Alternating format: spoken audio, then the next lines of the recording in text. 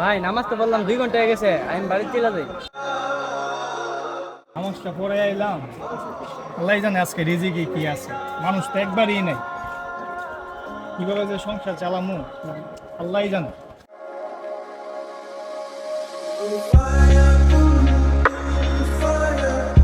ইমাম সাহেব, আপনারা কি করেন?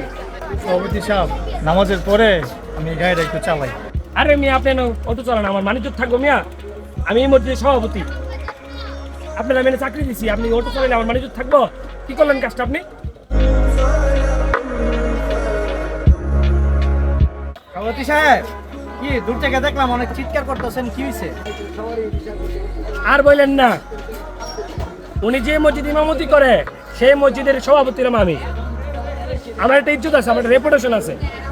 উনি নামাজে শেষে অটো চালাই, আমি কোন আমার ইজ্জতটা কই রইল? ভাই, ইমামতি করার পরে আপনার যে টাকা বেতন দেন, এই বেতনও তো আমার সংসার চলে না, তাই নামাজের পরে আমি একটু অটো চালাই। সভাপতি সাহেব, ইমাম সাহেবের কথাগুলো শুনলাম। আসলেই আপনি দেখেন, একটাবার চিন্তা কইরা এই 6,000 টাকা বেতন দেন, এই 6,000 টাকার বেতনে একটা সংসার কিভাবে চলে?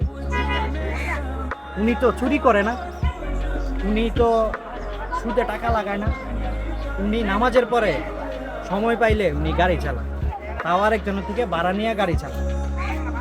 তাইলে উনি তো ভালো কাজই করে। এতে আপনার যদি সম্মান ক্ষুণ্ণ হয়, তাহলে আপনার চিন্তা করা উচিত যে একটা মানুষ একটা সংসার চালাইতে গেলে তার সর্বনিম্ন কত টাকা খরচ হয়।